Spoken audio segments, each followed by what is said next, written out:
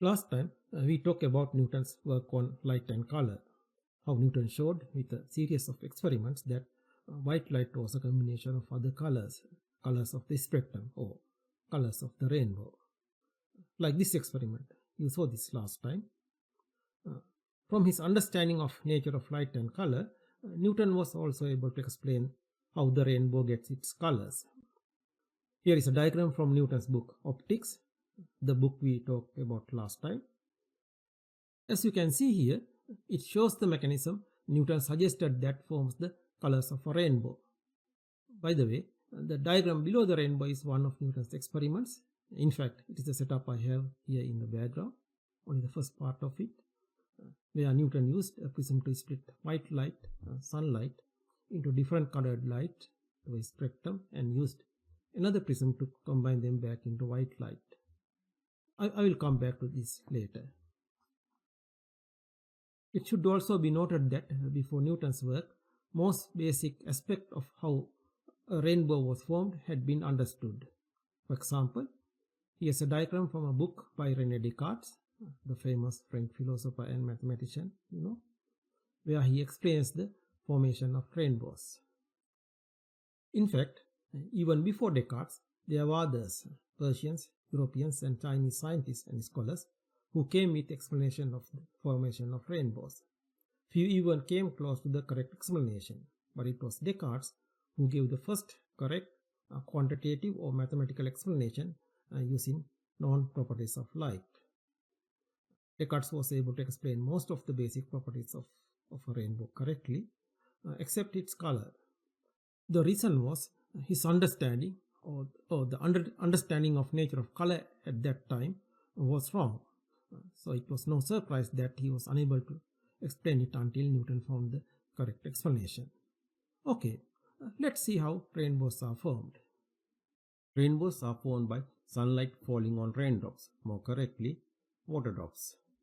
It doesn't always have to be raindrops.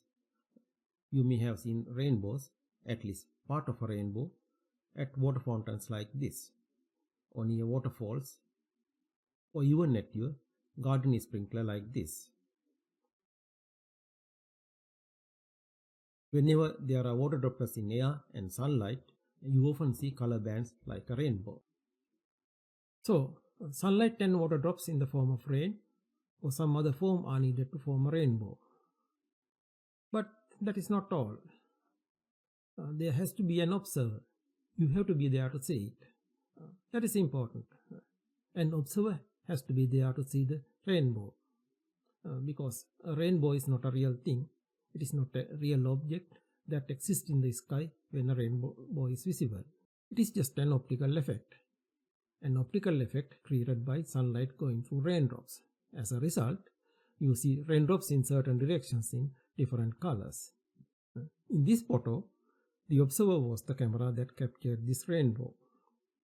This is how the camera saw light coming from raindrops at different angles. I will tell more about this toward the end of the video after explaining how a rainbow is formed. Now, small water droplets suspended or falling in air are spherical in shape due to surface tension. So, first we have to understand how light behaves when it goes through a water drop or other spherical transparent object.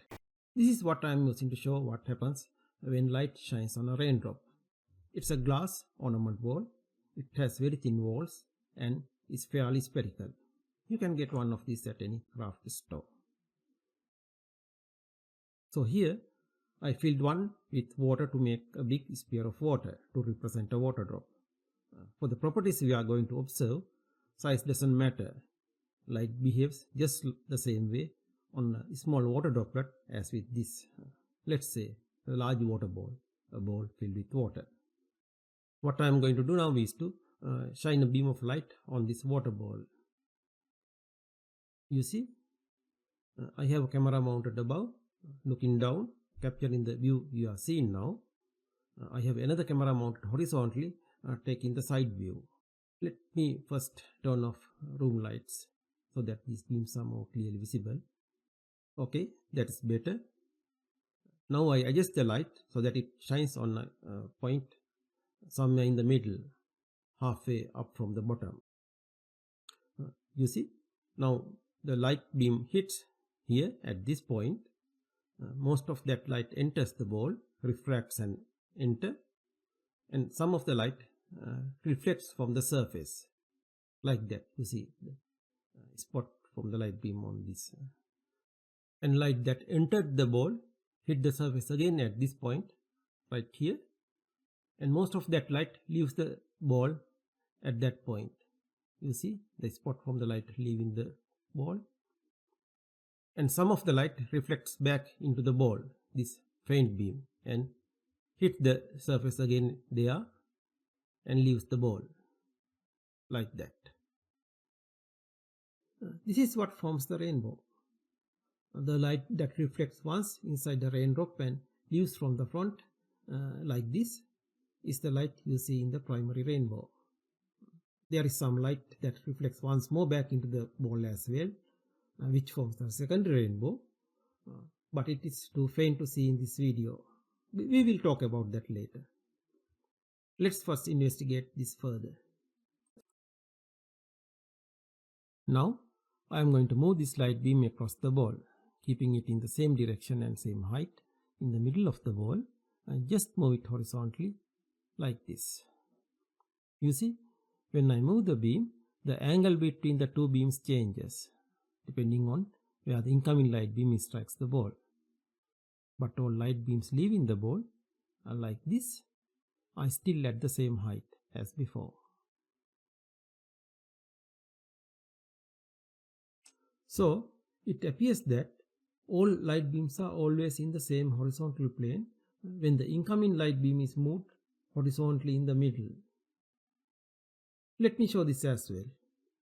This is the view from the other camera. The camera mounted horizontally and looking at the side of the ball.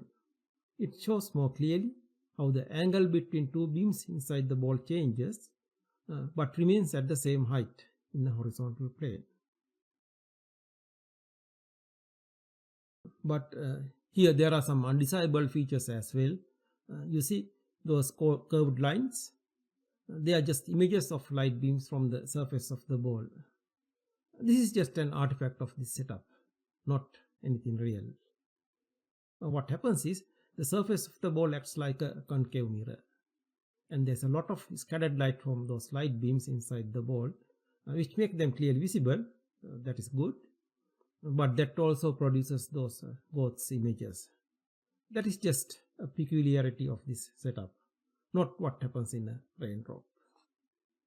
So now we clearly saw that all light beams, the incoming light beam, beams inside the ball and light leaving the ball, are always in the same horizontal plane when the incoming light beam is moved horizontally in the middle across the center. This is an interesting and important result. Let's see how that happens. The reason for that is simple. It's the result of the property of light, what we call the first laws of reflection and refraction. We went through this in detail in a previous video. Let me quickly go through it as a reminder. So what this property or law says is, when a ray of light goes from one medium to another, like shown in this diagram, what is outlined in blue is the interface or the boundary between two media. So here is one medium, here is another. So this could be air, this could be water, any two such transparent media. So this is the incoming ray of light, incident ray, and it hits the boundary at this point. So this is the point of incidence. Some of that light reflects back there. So this is a reflected ray of light. Rest refracts there and enters the medium below. So this is the refracted ray of light. This dashed line represents the normal to this interface at the point of incidence. Now in this case, this boundary or interface is a plane surface. So this is a line perpendicular to that plane. Now according to this law, all these rays of light, the incident ray, the reflected ray, the refracted ray of light, and the normal to the interface at the point of incidence, all of them are lying on a single plane. They are on the same plane, like that. So here I outlined that plane in white. So this is the plane where all these rays of light, incident, reflected, refracted, as well as normal to the boundary at the point of incidence are located. Now this plane is called the incidence plane.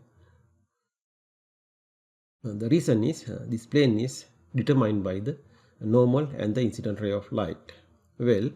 Uh, two intersecting straight lines defines a plane uniquely. That means if there are two intersecting straight lines, we can construct a plane going through both of them, and that is the only plane. No other planes exist that goes through both of them.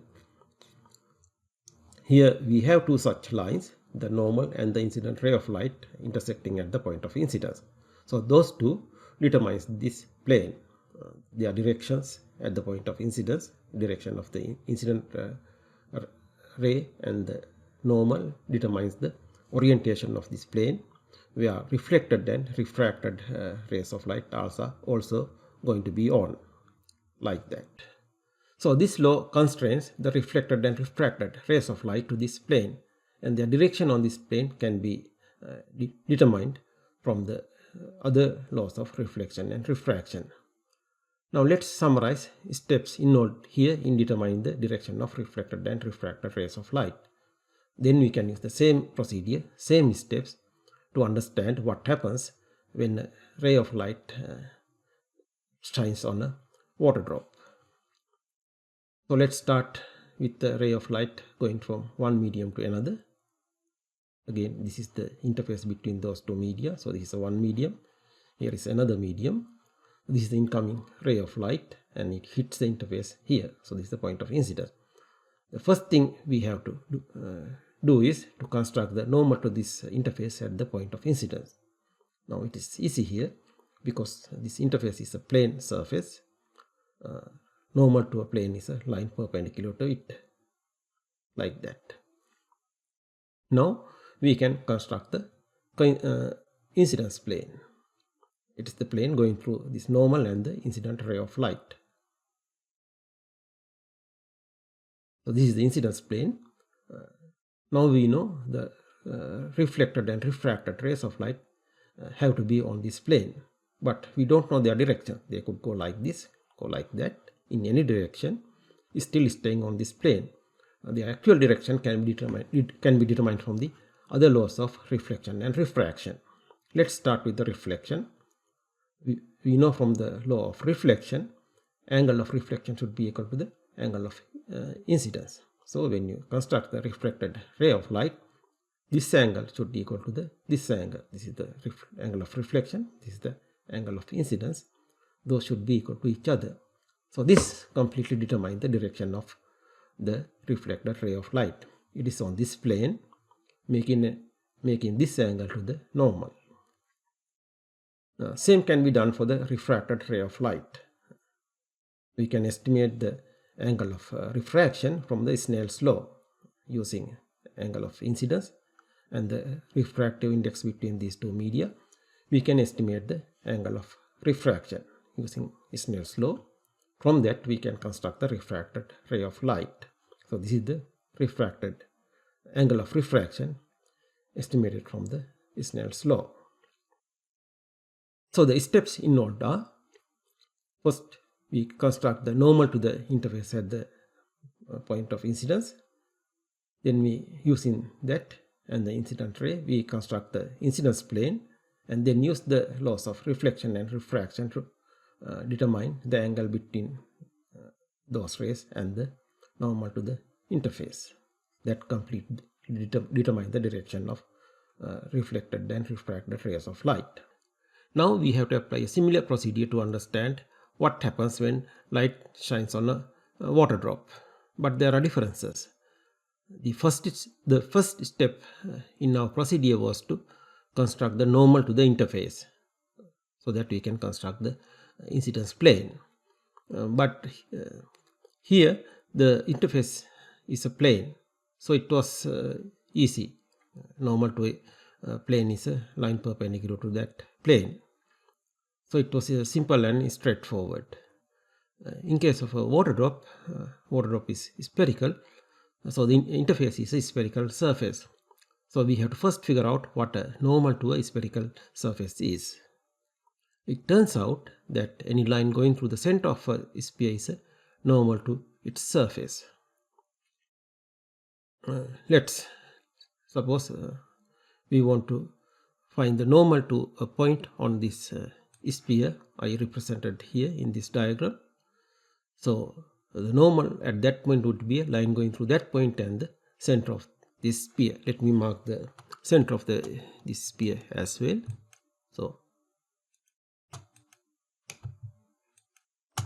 So what is in red is the center of this sphere. So the normal at this point to this spherical surface is a line going through this point and the center, like that. You see? Now what is the meaning of normal to a curved surface like a sphere? Well, the idea is if you take a very small region on any curved surface, regardless how much curved it is, if you take a small enough region, that region looks like a flat surface. The smaller the region, it look more like a flat surface and can be approximated by a plane. Well, for example, take the earth. Ground is flat, isn't it? Ground looks flat. That's why ancient people thought earth was flat, because that is how it looks to a casual observer. Obvious view is ground is flat. The reason is we see only a small region of this vast sphere. The curvature is still there. If you are clever, in fact, you can even measure it, how much the ground curves. But for most practical purposes, we can take ground as flat. Same applies to any curved surface. Very briefly, let me show you how this works out here. If you take a small region around this point, where we drew the normal, like that. I selected a small region outlined in yellow here. Let me hide the axis, we can look at it later, like that. So I selected a small circular region around this point. Let's look at more closely. First hide the sphere and just look at that region. Now you see, it is hard to tell if this is a flat disk or a part of a sphere. In fact, it looked like a flat disk. Actually, it's curved. If I magnify this and look closely, curvature is visible, but it approximately at least looks like a flat disk. If I took even a small region, it looks more like a flat disk. So let's approximate this as a flat surface and draw the normal to it through this point. So that's a line perpendicular to this flat disk, like that. Let's take the side view to make sure that it is perpendicular.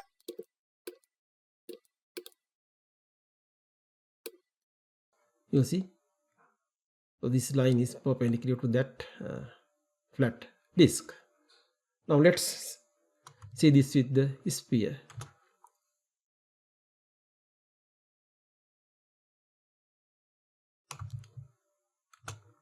You see, it goes through the center. So please watch the other video to learn more about this. So this is all we need for our purpose here. So summary is normal to a sphere is a line going through its center. So if you want to find the normal at a given point on a sphere, you just draw a line through that point and the center of the sphere. It is that simple. Okay, now we have all the information and tools we need to figure out what happens when light shines on a water drop. So let's get back to work. So let's suppose this sphere represents a water drop or any transparent sphere, doesn't have to be water.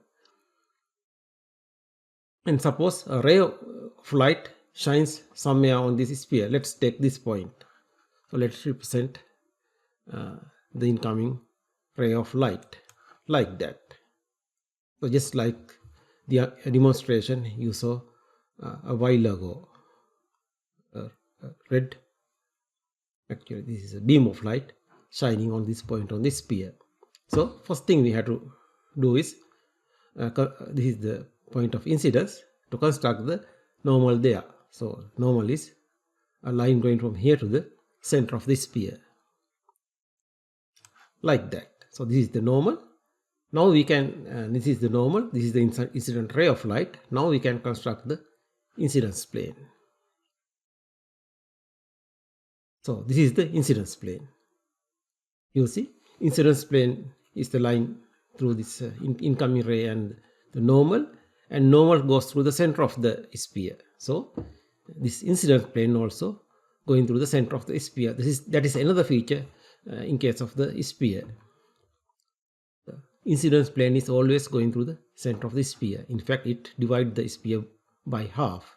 Any plane going through the center of a sphere divide the sphere by half. So this incident ray is right in the middle of the sphere, regardless where light shines on. Nothing is special about this point. This could be here, this point could have been here, anywhere. Wherever light shines, in case of a sphere, incidence plane is always through the center of the sphere. So now we know normal, and we can now construct reflected and refracted rays of light. Refracted ray be such that the angle of reflection is equal to this angle, and same way we can calculate the angle of refraction and estimate in which direction light goes after refracting here. So this is the reflected and refracted rays of light. So this angle equals this angle. This is the incident angle calculated from the refractive index and this incident angle. So this is just like what we saw in the demonstration with the laser beam on the water ball. So this is the ray, refracted ray entering the water drop, and it hits the surface again at this point. Now here we have to construct the incident plane again. In fact, but look, this ray is now, this refracted ray is in the incident plane of this first refraction, and it also going through the center of the sphere. So even without constructing any more normal, we can tell that the plane would be the same, because incident plane is the plane in case of a sphere. Incidence plane is the plane going through the incoming ray of light and the center of the sphere. So it is all in the same plane. Anyway, we can draw the normal there, because we need the normal to figure out the direction of reflected and refracted rays of light. So this is the normal. It also going through the center of the sphere. So again we know it is the same plane, incident plane for this point. So after here, some of the light refracts here and leave the water drop. Some of that light reflect back from the surface there, like that. So this is the light leaving the raindrop, and this is the light reflected back into the water drop, just like what we saw in the demonstration. Now again, this ray hits the surface of the water drop here, and there again some of the light reflects back, some of the light refracts and leave the water drop. Again, now we can see it's the same plane, because incoming light ray is on this plane, and this plane also goes through the center of the sphere. So the normal is, so it will be like this. So this is a refracted ray. There is some of that light reflect back. I didn't draw it here because in the demonstration this ray would be extremely much faint. Actually, we didn't even see it in our demonstration because it is faint. So I did not draw it because for now that is not of much interest to here, because this is the ray which responsible for the primary rainbow. So this is what happens. So this is exactly what we saw in our demonstration, like that. Now if you look at this carefully, you see all the this light is always in this plane. So actually what matters for this ray of light and subsequent reflection and refraction is all what matters is whatever in this plane. Now we have the whole sphere of water, but whatever in this region or below it doesn't matter. All what matters is what is in this plane of the light rays, what is in this incident plane. So we can simplify this and just keep the material in this plane and remove the rest of the sphere, and it will be still the same. So I remove all those normals we used to for the construction. We no longer need them. So this is what happens when a ray of light hits the surface at this point. These are the light paths. So since all what matters is what is in this plane, all the water and air in this plane, we can ignore whatever in these regions. So that doesn't do anything to this propagation of this light inside or outside. So just remove all of them and just keep the material on this plane. So our light propagation simplified to this simple form. So all what matters is water in this case in this area. Rest doesn't affect this propagation of these light rays. So if you look like this, so we can represent what happened here. From this light comes here, refracts, some of that light reflect, here again some of that light refract, reflect back, and here it is leaving. So whole process can be represented by a simplified to this form.